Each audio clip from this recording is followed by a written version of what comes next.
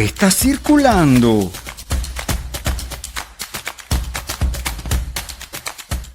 ¿Qué está circulando?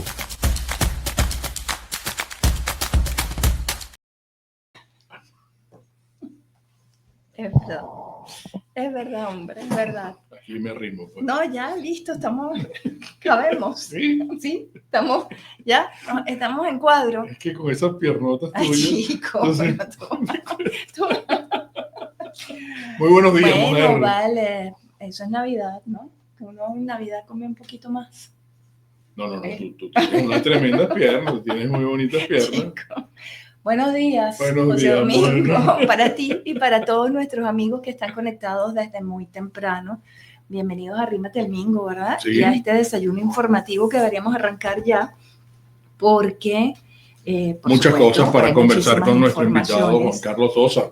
Sí. Y ahí... ¿Tú vas a comenzar por dónde? Oye, es que, fíjate, tu vecina a veces me cambia la pauta. Cónchale, ¿en serio? O el orden con el que quiero comenzar las noticias. ¿Por qué?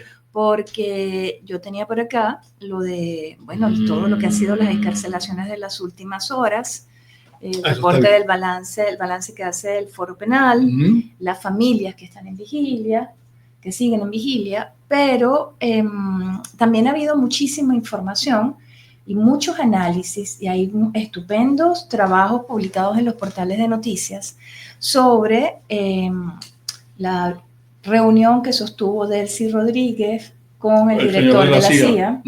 Hay algunas interpretaciones. Es un gran jefe. Es un gran, sí, un miembro del gabinete de Trump de alta jerarquía. Sí. Estamos hablando del señor Ratcliffe, que se reunió, John Ratcliffe, que se reunió el pasado jueves con Delcy Rodríguez en una reunión que, según reportan algunos, fue de aproximadamente 2 horas. Esto ha dado pie para algunos análisis, sobre todo en lo que ha sido la narrativa que ha tenido que adoptar el chavismo para preservar la cohesión de sus bases y seguir dando la idea de que ellos no traicionaron a Nicolás Maduro, pero que tampoco es que están acatando las órdenes de Donald Trump. Entonces, bueno, de hecho hay un trabajo publicado que yo lo leí en Tal Cual Digital sobre lo que es el perfil también de Delcy Rodríguez a propósito de su nuevo cargo como presidenta encargada, un poco la descripción de todo lo que ha sido su trayectoria dentro del chavismo y dentro del madurismo. Es decir, ellos tienen que continuar con su discurso antiimperialista, pero están cuadrados con los mandatos del norte por lo que ha ocurrido. Para resumirlo de esta manera. Sí, ¿no? De hecho, la entrevista está publicada en Efecto Cocuyo y está titulada como El discurso de la cúpula del chavismo frente al tutelaje de Estados Unidos, una narrativa de supervivencia. Se lee además en el sumario, Paola Molina y Luis Medina Gil señalan que el chavismo disfraza la cooperación con Trump para no mostrarse débil a lo interno ni ante la comunidad internacional. Y entonces allí, de verdad que recomiendo que lo busquen y lo lean, porque allí describen perfectamente todo lo que ha sido el manejo del lenguaje y del mensaje que ha estado utilizando el chavismo desde que ocurrió el pasado 3 de enero la captura de Nicolás Maduro y Cilia Flores por parte del gobierno estadounidense. Incluso señalan con comparaciones lo que decía el ministro de Interior en su momento con lo que está diciendo en este instante. Y así sucesivamente todo lo que ha sido este nuevo discurso de caras precisamente a lo que ellos llaman el chavismo radical de base, no comience a exigir o comience a sentir que traicionaron a Nicolás Maduro. Claro, interesantísimo. Ha pasado poco tiempo, desde el 3 de enero hasta hoy, que 19 han pasado 16 días. 16. Y entonces hay gente que dice, bueno, pero el chavismo continúa. Bueno, pero que, oye, vamos a entender un poco las estrategias, ¿no? Que el mismo presidente Trump tuvo una breve intervención en una de las reporteros o reportera que le estaba preguntando sobre este particular específicamente, y él le puso como ejemplo lo que hicieron con Irak, que hasta descabezaron a los generales y no sé qué cosa, y mira lo que surgió de allí. ISIS. Nada más y nada menos. Entonces tú tienes que entender que en esta oportunidad que ellos asimilan y tienen un aprendizaje de situaciones similares a las que ocurrió y que está ocurriendo en estos momentos, bueno, entiendan un poco lo que estamos haciendo, pues, ¿no? Sí. Entonces, ellos están negociando con la cabeza que seleccionó el propio Trump a propósito de sus asesores, de que esta era la señora con la que tenía que sentarse a conversar de este proceso anterior a la transición, porque todavía nosotros no podemos hablar de que estamos en transición, lo han dicho ellos mismos, por el amor de Dios. Por eso estoy enfatizando que apenas han transcurrido 16 días.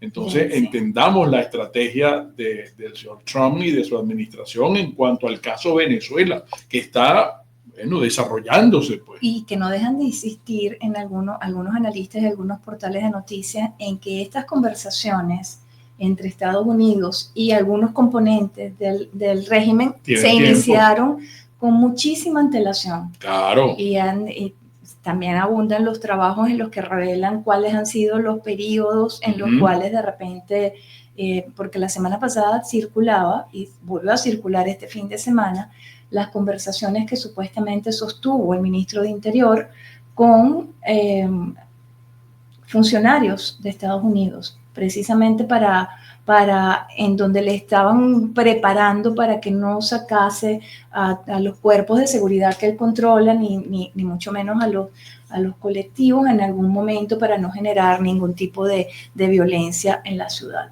Es decir, estamos en una fase posterior a lo que ha sido la extracción. Me llama poderosamente la atención un poco la hipótesis o la tesis que está planteando tu vecina en cuanto a que pudiese estarse viendo algún tipo de...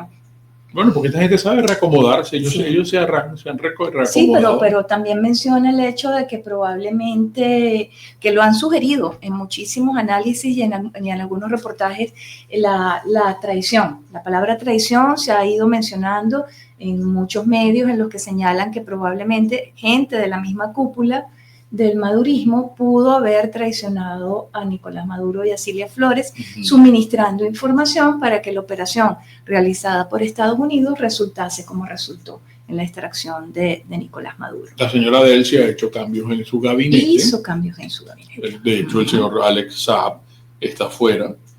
Hay un señor que se llama Pérez Pirela, que está ahora al frente de comunicaciones. El que estaba al frente de las comunicaciones, el ministro Ñáñez, ahora pasa a ser el ministro de Ecosocialismo. Como un enroque allí, ¿no? Fusionó dos ministerios, el de Industria y el de Comercio, lo fusionó, que era uno de los que comandaba Alex Saab, que también es interesante lo que comentaba tu vecina en cuanto a las actividades realizadas para solicitar de nuevo la liberación y el regreso de Nicolás Maduro a Venezuela. Ella señala que con Alex Saab, bueno, yo recuerdo que incluso creo que nos llegaban mensajes de texto solicitando la liberación de Alex Saab, llegaban a los celulares. Había pintas por todas partes, había constantemente cadenas y propaganda solicitando la liberación de Alex Saab. A muchos les llama la atención, no es un detalle que simplemente te señale tu vecina. A algunos les llama la atención el hecho de que hay algunas vallas colocadas en la autopista, se han realizado algunas actividades de concentraciones convocadas por el oficialismo en donde se solicita la liberación de ambos extraídos, pero no con la misma magnitud con la que se hizo en el momento en el que se solicitaba la liberación de Alex Saab, ¿no? Que hablando de liberación, todos quisiéramos que todos los presos políticos estén ya fuera de los recintos, de las cárceles, pues, ¿no? Esta gente lo está haciendo no a cuentagotas, porque ha habido unos cuantos, o sea, se ha acelerado un poco, a veces se pone más lenta la cuestión. Lo cierto del caso es que ha habido, y fue notorio durante el fin de semana, las carpas que pusieron familiares, hubo vigilia, pero al mismo tiempo denunciaron amedrentamiento nuevamente. Y me imagino que en este proceso de negociación, esta gente, pues también, porque incluye algunos detenidos no de nacionalidad venezolana, sí, sino extranjeros, que también, no sé si usar la palabra que se ha usado siempre en este caso de fichas de canje, que estarán como dentro de la negociación, bueno, ok, vamos a ir, pero es un proceso, no se podía esperar que ellos iban a abrir todas las cárceles y todos iban a salir. Para todos. Que hubiese sido lo ideal. Claro, pero no ha sido así. Tú sabes que he leído algunos trabajos en donde señalan que el tema de de estas excarcelaciones, que recordemos excarcelaciones con medidas cautelares, lo que impide que los que están siendo excarcelados puedan dar declaraciones o contar o narrar lo que han vivido dentro de las prisiones, se debe precisamente a que hay algunas facciones que son las que controlan, que tienen sus propios presos políticos, y entonces ha sido difícil negociar con él, según algunos analistas, convencer a los que tienen el control de la facción y que tienen sus propios presos políticos que terminen de ofrecerles esta medida cautelar y esta excarcelación, que de hecho recogían los portales de noticias cómo la hija de Edmundo González, visiblemente conmovida, narraba cómo había encontrado a su esposo, que lo consiguió con un deterioro físico y emocional importante, notable. Sí. Ella apareció durante este fin de semana también con un comunicado en las redes sociales, en donde señala la tortura que significa, no solamente para los presos políticos, que ya ella señalaba, ya están enterados de estas medidas que se están ofreciendo para permitirles salir de la prisión, que para ellos representa momentos de expectativas cargados de muchísima ansiedad, sino también para los familiares que esperan en las puertas de los penales, porque como estabas comentando, en las puertas de los penales se han venido desarrollando vigilias. Una de las vigilias más notorias ha sido la de Boleíta, en la zona 7, donde los cuerpos de seguridad del Estado han tratado no de reprimir, sino de diluir ese tipo de vigilias. De hecho, también hay, según reseñan en algunos portales, arrancó una huelga de hambre en el Rodeo 1 con los presos políticos hasta que logren su excarcelación. Es decir, a esos movimientos se están uniendo los estudiantes universitarios, quienes están además haciendo un llamado completo a la sociedad civil a no abandonar a estas familiares que están en las puertas. Claro. Lo tengo aquí, por cierto, el presidente del... Miguel Ángel Suárez. Ajá. Déjame ver si lo consigo rápido para ustedes, para colocar solamente, porque eso fue ayer en la mañana, que, bueno, creo que está aquí. Cuando son aproximadamente las 6:30 de la mañana, después de haber terminado la vigilia que estábamos acompañando con los familiares de los presos políticos, estamos recibiendo intimidaciones por parte de los organismos de seguridad del Estado, en donde están amenazando con el campamento a los familiares de los presos políticos, incluso la zona donde ellos hacen sus necesidades fisiológicas. Hoy han querido tomar parcialmente gran parte de la carretera de zona 7 y también amenazan con el campamento de los familiares. Hacemos una convocatoria pública a los caraqueños, a los venezolanos, a los estudiantes, a los miembros de la sociedad civil a que se puedan aproximar para la zona, porque es muy preocupante la situación que está sucediendo en estos momentos. Tememos por la seguridad de los presos políticos, tememos por la seguridad de los familiares de los presos políticos y por posibles represalias por haber hecho una vigilia anoche que fue pacífica, que se hicieron bastantes oraciones y que sobre todo fue un acto cívico solicitando la libertad de cada uno de los presos políticos venezolanos. Bueno, fíjate que según el balance que lleva adelante la plataforma unitaria, según la actualización que hicieron anoche ayer domingo hasta las 9 de la noche. Ellos, según su balance, llevaban 161 presos excarcelados. Sin embargo, la organización no gubernamental Foro Penal contabiliza 143 hasta el domingo a las 7 de la noche. Como comentabas también, hubo excarcelación de presos políticos, en donde destacan las más recientes: una húngara, un rumano, 3 ucranianos. Uno de estos ucranianos estaba dentro del espectro autista. Sí. Y un checo y un irlandés.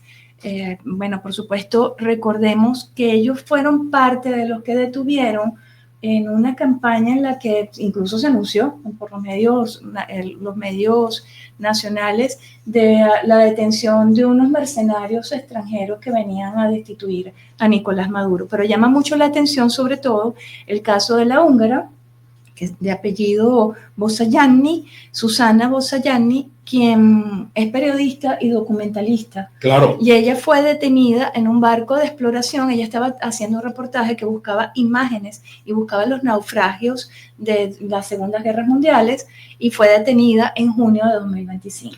Y hay algo interesantísimo que estábamos conversando anoche algunos colegas, y esto va a salir a la luz pública cada vez más y más y más.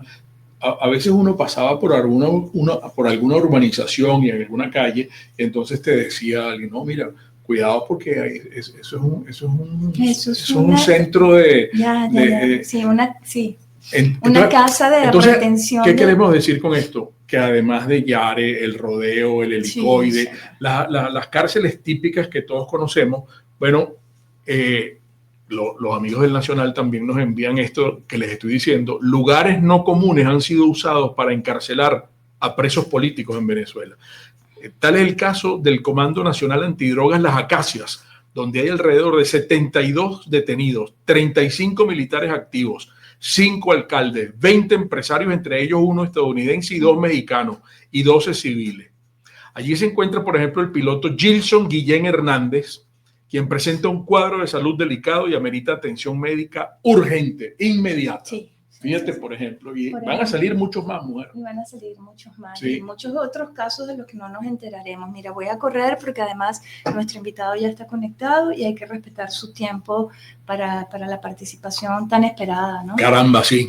Pero también los familiares de Juan Pablo Guanipa están exigiendo su liberación, porque sobre todo eso, insisten en que no sean excarcelaciones, porque son... no, es libertad, es liberación. La liberación completa. También ayer circulaba la nota donde confirmaban que el Vaticano confirmaba que el secretario de Estado, Pietro Parolin, había estado trabajando para conseguir una solución que evitara cualquier derramamiento de sangre en Venezuela, a Maduro, y también un acuerdo con Nicolás Maduro y otros representantes de su gobierno, pero que eso no había sido posible. Abro comillas: habíamos intentado lo que también apareció en algunos de los periódicos, dijo Parolin. Eso lo comentó en la tarde de este sábado, durante un acto en referencia indirecta a lo que escribió lo que se publicó en el Washington Post sobre su intervención para conseguir un salvoconducto para Nicolás Maduro antes de que fuera detenido por Estados Unidos. Y agregó: siempre apoyamos una solución pacífica, pero también nosotros nos hemos encontrado ante un hecho consumado, ante una aceptación de hecho. Así que bueno, un poco para confirmar lo que ya había estado saliendo, estas negociaciones que llevaba adelante el secretario de Estado Pietro Parolin para ver si Nicolás Maduro aceptaba irse a Rusia. Muchos han dicho, y ¿sabes qué otra tesis ha cogido mucho vuelo de nuevo?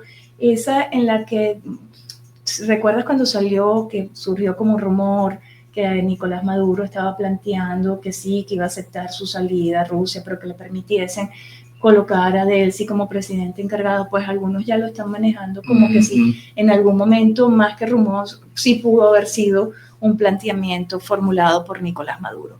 Voy a dejar hasta acá nuestro resumen de noticias para que tú hagas tu primer bloque de publicidad y podamos conversar con el doctor Juan Carlos Sosa,